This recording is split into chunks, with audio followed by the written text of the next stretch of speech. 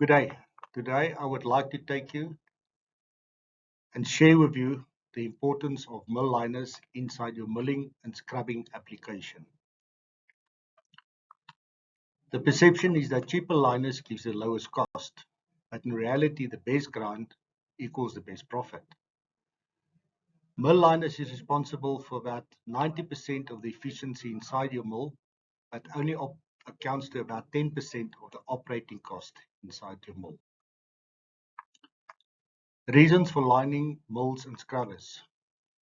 Obviously to protect your shell and heads, but also to optimize the energy in your ore and your charge level.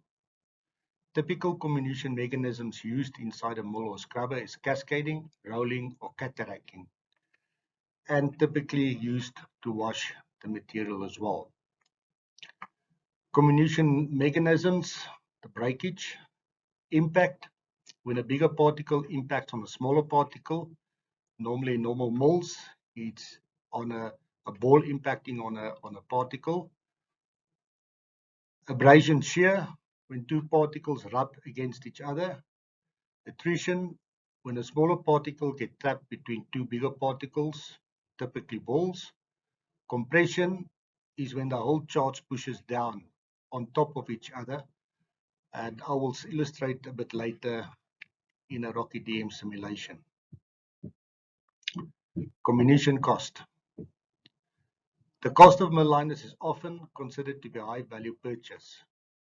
Because of mill liners only get changed out once a year, maybe twice every second year, and it's a big overhead in the region of millions, it is considered to be a high value purchase. But total cost of ownership is significantly smaller than the energy and grinding media cost, as illustrated on your right. In a typical SAG mill, energy costs about 58%, grinding media 21%, liners 21%. As mentioned, mill liners get purchased once a year. Energy gets paid every month. Grinding media gets added to the mill every day, every week, depending on the mine's needs. Liner design cost impact. Normally when you design liners, the following has to be considered. The power usage. To be able to utilize your power more efficiency by the tonnages treated. Grinding media consumption. To prevent ball on liner impact, and liner cost per ton treated. Needed to increase the efficiency, your plant throughput, your mill availability, and mineral recovery. Scrubbers. Scrubbers in process plant circuits. To treat high clay contents so that the fine clays can be removed by downstream processes, typically in the following applications: diamond ore containing kimberlite, laterite ore gold, and in some cases clay are not really amenable to treated by scrubbing, like plastic and thixotropic clays. Stones that are pitted contain pockets of clay are difficult to treat. To process lightly bonded ores and deleterious dirt, diamonds contained in conglomerate, alluvial and marine rocks, sand, and diamonds bonded within lime and phosphorate ores. Also, function is to wash the ore, enabling the separation of fine ore without causing damage to the product or creating more fines. And typically that you can do by running the scrubbers at a lower speed. Also being used in diamonds, iron ore, titanium, or in some cases to polish the ore, typically graphite, to polish off the oxide layer on the outside. The flow and resident times in traditional method for scrubbers. Scrubber throughputs are based on resident time.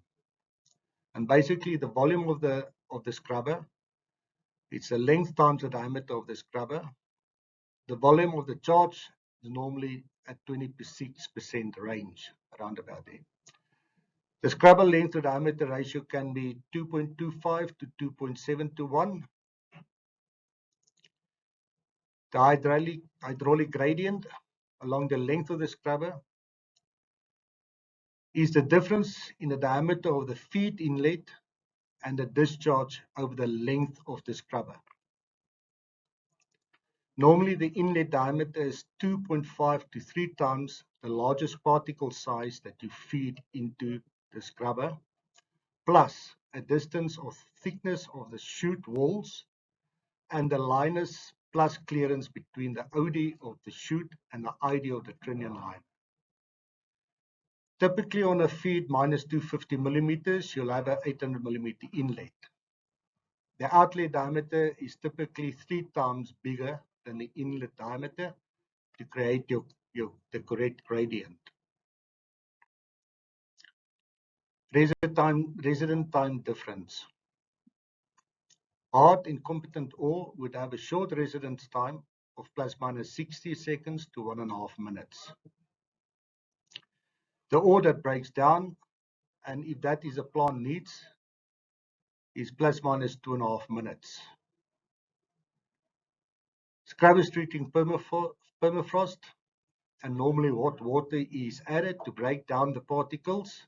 For instance, Davik in Canada has a residence time of 4 minutes, but 4 minutes is an absolute maximum for resident times inside a mill.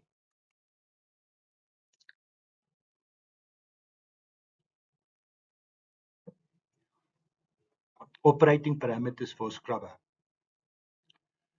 A traditional scrubber, especially in a clay environment, should have 1 ton of ore with 1 ton of water feed it into the scrubber. Normally a third of the volume of the ore to water ratio. It's also sometimes referred to as a washing drum because of the action inside your scrubber. This ratio might vary slightly depending on the applications. You can go as low as 0.8% ore to water ratio. If you go any lower than this will flush the ore through the scrubber. So a lower residence time, shorter residence time in an inefficient scrubbing performance, meaning that the scrubber did not perform what it's needed. Or it can be higher, 1.2 ore water ratio. Higher than this can result in a clay ball forming around the diamond, and the diamond will be lost in the clay going out your trunnion. Accurate measurements of ore, tonnages, and water volume being fed into the scrubber need to be measured. And basically, best to measure the feed conveyor to your scrubber on a weekly or bi-weekly basis. Water ore ratio dependency. The feed size of the solids need to be considered in your water ore ratio. Feed sizes all plus 1 millimeter and hard is a 1-to-1 ratio of ore and water would be fine. Feed size of a minus 600 micron can be as high as 2.5 to 1 or 3 to 1. But this can create a problem downstream where there's too much water. The material in the feed of minus 100 micron solids combine with the water and go straight through the scrubber, and there's no action on the solids. Traditionally, scrubbers used in diamond plants. Scrubbers are used as a washing machine to wash the material away from the diamonds. You do need to limit the energy in the charge, and that is purely to prevent any diamond breakage happening inside the scrubber. Traditionally, square lifter bars were being used. Lately, the trend is, with the technology available, you can use angle liners inside your scrubber. With the bigger particles assembling at the discharge, scoops can be fitted to increase the throughput. Typical scrubber liners. Square rubber lift bars with a large outlet trunnion. Normally it's got stainless steel backings for the bolts to hold the lifter bars above the slipper pad in slipper pad application, and specially designed to prevent diamond lockup. The liners are being fitted under compression. Critical speed. Most of rubber liners rotate preferably between 65 to 80% maximum critical speed. Mill with steel liners can operate at a higher percentage of 80% critical speed. New steel liners for sag and ag mill operate in a region of 70 to 75% critical speed. Scrubbers operate anything from 60 maximum to 70% critical speed. Critical speed range examples: 0%, nothing's happening inside the scrubber or the mill, and 100% centrifugal forces take over and the charge inside your mill or scrubber gets stuck to the side of the shell and there is no attrition happening inside. Scrubber trajectories. The operation should not cause any fines or breakage, especially for diamonds. So normally when the square lifter bars gets designed, the impact is at the toe, and with the impact being on the toe, it creates more energy being able to impact onto your liners. So with the newer technology available, the liners gets designed with an angle, and that is basically to bring the trajectory back to your 6 o'clock position where the material will impact onto your charge level and there's not a lot of energy involved inside the scrubber to cause any diamond breakages. Scoops and scrubbers, as can be seen from the right hand side of the picture. The larger rocks does not get time to get washed.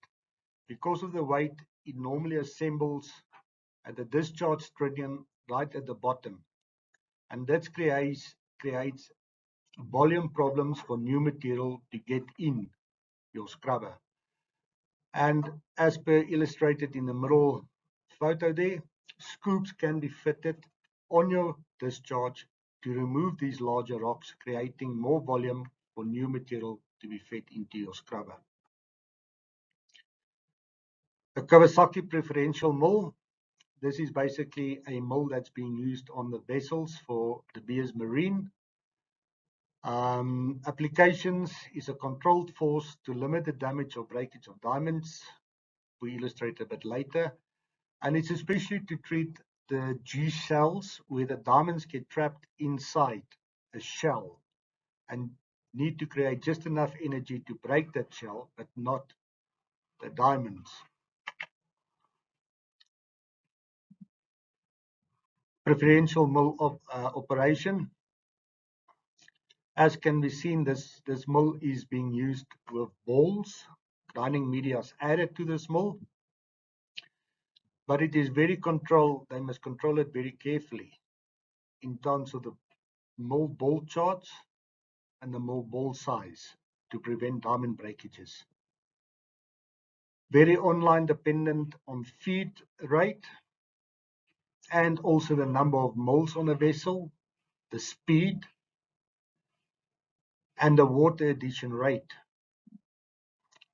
Shiplap liners is used. Shiplap liners has got a very steep angle, and that is to prevent to create too much energy inside this mill and create energy on the balls to prevent diamond breakages. You need a minimal drop on the rear of the lifter bar to the shell plate. As illustrated there, that's a shiplap liner with a very steep angle. Preferential mill operations. section of the preferential mill. It's got two compartments being fed from both sides. It's got a great discharge in the middle, and both sides discharge into one section, which discharges the diamonds, and it's called a preferential discharge. Typically, it was steel liners, steel grade plates being used, but has lately been converted into rubber grade plates. Ag mills. It's a large diameter mill, very short and often referred to as pancake mills. Ag mills. Ag mills is being used to feed competent ore where impact grinding is needed to break the material. No grinding medias are present, only water and ore. And basically it is to release the particles at a certain stage in the mill to create enough energy to break these particles. Ag mills use large particles to fall from a height onto the chart so that impact grinding primary method of size reduction. Large feed size. It's a large diameter to maximum the fall and impact and to create enough energy inside the mill. Has got a great discharge, and that is to have the retention time inside the mill to be able to separate and allow the correct PAT product to pass through the grade plates. Sometimes the design, when the grades is not correctly designed, you'll have a critical size buildup and discharge of pebbles buildup, and that is when pebble ports are introduced into these grades. It's a positive discharge by pan liners and a central cone, and it's obviously a very high throughput. Speed of rotation expresses critical speed, 100% critical speed at which the particles remain in contact with the shell. An ag mill normally operates between 72 to 80% critical speeds. An ag mill has got a medium to high aspect ratio. The diameter is twice the length normally of the shell, and a medium size ag mills is between 1 and 1.5 times the diameter of the shell.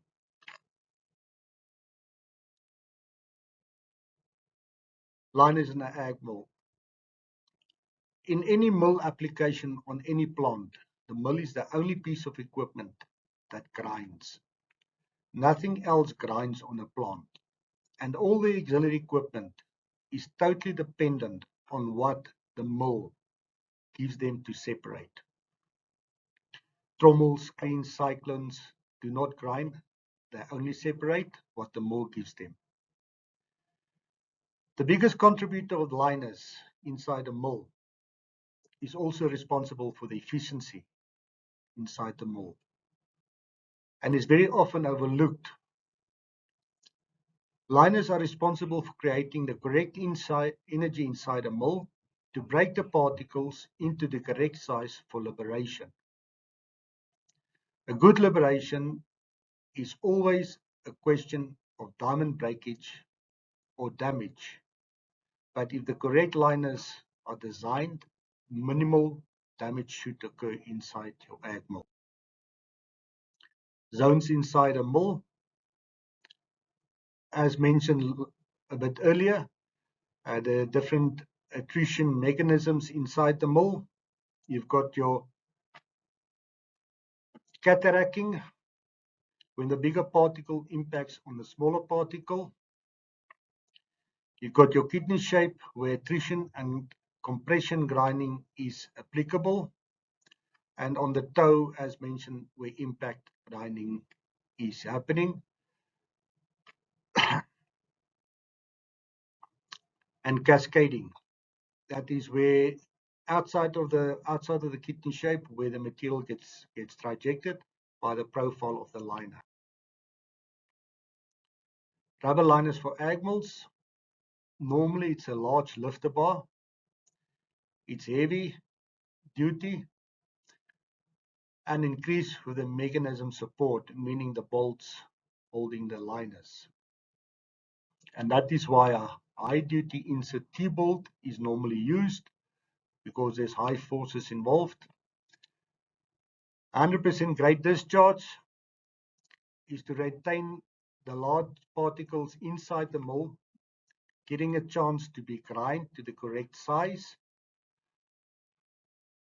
to be discharged through the apertures of the mold. Ag mill discharge design. There is some controversy on the pan line pulp lifter designs, and very often if there is a poor pan line design, there is a big slurry pooling happening inside the mold. Pulp lifters design basically flawed. It's like a centrifugal pump working in reverse. Pulp enters at the bottom and gets discharged on the top. It will be illustrated in the next slide. Grade discharge liners. Inefficient discharge system, as mentioned, creates slurry pooling and can reduce mold power up to 10% and reduce the throughput. So when a grade discharge gets designed, all these should be considered. And as can be seen in the illustration on your right, the transport of the material going into your frio grades into your pulp lifters. As soon as the pulp lifters reach about 9, 10 to 11 o'clock, the pulp should start discharging through your center cone. And if that center cone cross-sectional area is not designed correctly, you will have carryback.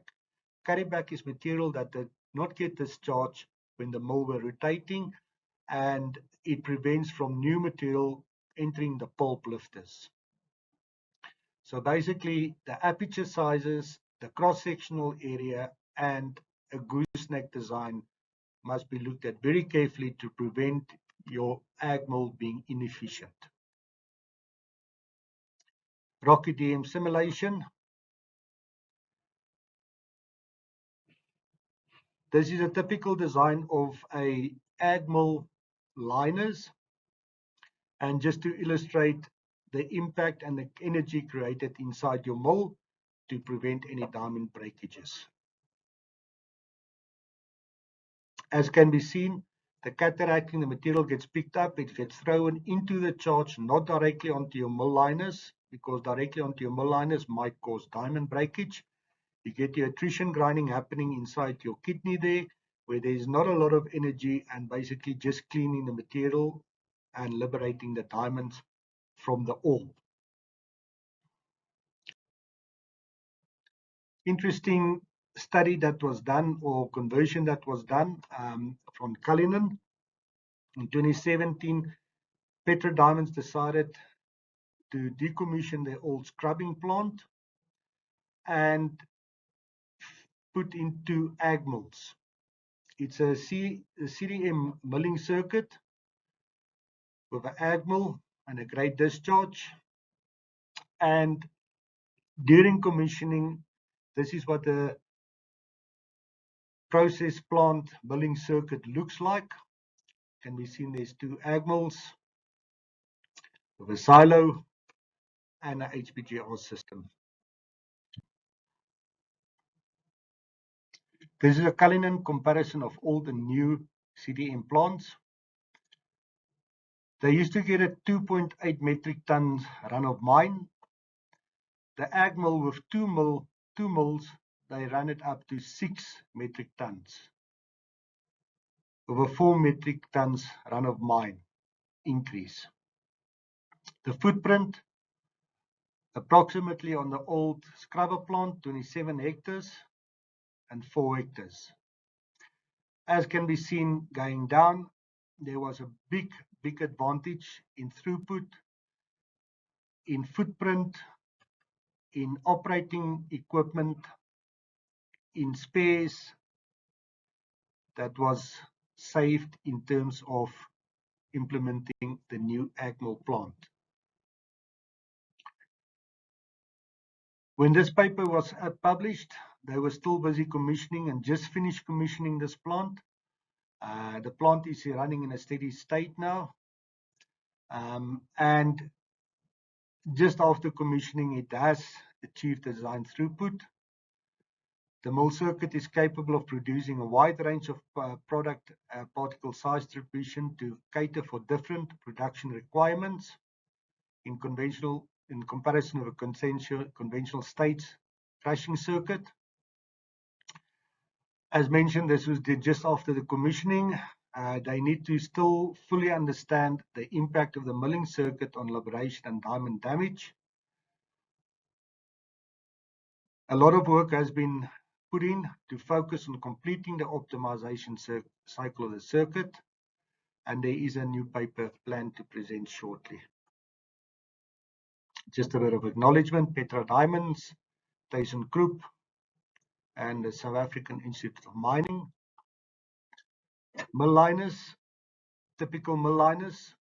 As you can see, we've got a rubber, we've got a composite liner embedded with a Hardox 500 SSAB, and a mill liner embedded with a casting, a chrome moly casting. Easier to install, it can be fitted under compression, so there's no place for any diamond lockup. Great apertures do not lock. It is a rubber, it's very flexible and does not get time to get blocked. Obviously, noise reduction. As mentioned, you've got a Hardox plate, casting insert. Also able to operate in larger mills, up to 11 meters, and designed small enough to be man-handled, or integrated liners if a mill handler is available. Thank you so much. Goodbye.